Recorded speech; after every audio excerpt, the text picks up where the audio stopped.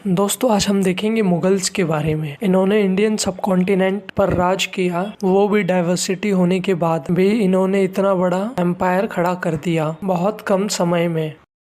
आइए जानते हैं मुगल्स कौन थे। बाबर पहले फरगना में रहता था। दोस्तों आज के टाइम में फरगना उज्बेकिस्तान में था। मंगोल्स ने वहां से उन्हें भगा दिया। फिर वो लोग काबुल आते हैं, फिर काबुल से इंडिया आते हैं। उस टाइम भारत में इब्राहिम लोदी का शासन था। बाबर अफगानिस्तान की मदद से 1526 में पानीपत में लोदी को बैटल में हरा देता है। ये पहली फाइट होती है बाबर का भारत में। 1527 में बाबर राणा संगा को हराता है कन्नौज में, और फिर 1528 में राजपूतों को हराता है। उसके बाद पूरी तरह से दिल्ली और आगरा में अपना कंट्रोल कर लेता है। जब बाबर पावर के ऊपर आता है तो उसे कंटिन्यूअस अफगान और राजपूत से फाइट करना पड़ता था। बाबर के भारत आने से पहले अलग अलग राजा भारत में रूल कर रहे थे, जैसे आगरा में लोधी डायनेस्टी, पंजाब में सिख, राजस्थान में राजपूत किंगडम, बिहार और बंगाल में अफगान, नॉर्थ बंगाल में अहोम्स और साउथ में विजयनगर सल्तनत।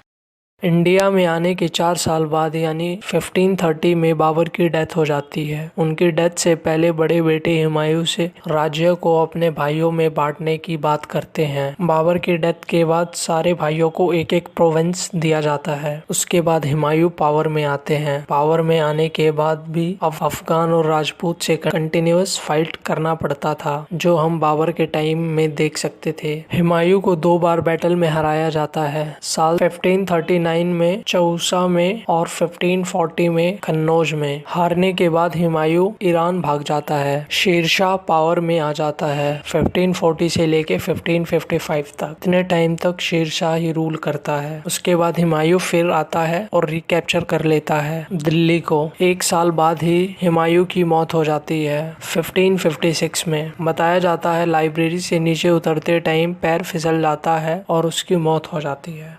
उसके बाद अकबर का टाइम शुरू होता है। जब हुमायूं की डेथ हुई तो अकबर 13 साल का था।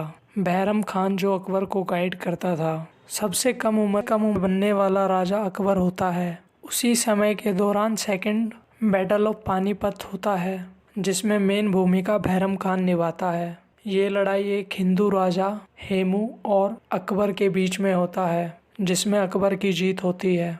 अकबर 1570 से लेकर 1585 तक मिलिट्री कैंपेन करता है गुजरात, बंगाल, उड़ीसा और ईस्ट बिहार में। बाद में अकबर को समझ आता है लड़ने से कुछ नहीं होगा। अकबर एक सक्सेसफुल राजा उभर के आता है। जो भी लोकल रूलर्स होते हैं उन्हें अपनी साइड मिला लेता है। जैसे राजपूतों को रिस्पेक्ट चाहिए, रिस्पेक्ट दिया और अपने एडमिनिस्ट्रेटिव में शामिल कर लिया। बहुतों को नॉबल्स बनाया, जैसे इंडियन मुस्लिम, अफगान, मराठास और other groups. Jahangir 4th ruler होता है मुगल एम्पायर का। उसने 1605 से 1627 तक शासन किया। जहांगीर को पेंटिंग और कल्चर एक्टिविटीज में ज्यादा इंटरेस्ट था, और जो भी अकबर के टाइम पे मिलिट्री कैंपेन चल रहा था उसे आगे बढ़ाता है। उसके बाद गद्दी को शाहजहां संभालते हैं। 1627 से 1658 तक शासन करता है। उसकी प्रिय पत्नी मुमताज महल के मकबरे के रूप में बनाया गया ताजमहल मुगल वास्तुकला की भव्यता और सुंदरता का प्रतीक है। शाहजहां ने ताजमहल के साथ दिल्ली में लाल किला और जामिया मस्जिद का भी निर्माण किया था। उसके बाद के वर्षों में उत्तराधिकारी को लेकर उनके बेटों के बीच संघर्ष हुआ, जिसमें औरंगजेब अपने 3 भाइयों को मार देता है और राजा बन जाता है। शाहजहां ने अपने अंतिम वर्ष आगरा के किले में कैद में बिताए, जहां वो दूर से ताजमहल को देखता था। उसके प्रेम का एकमात्र प्रतीक था।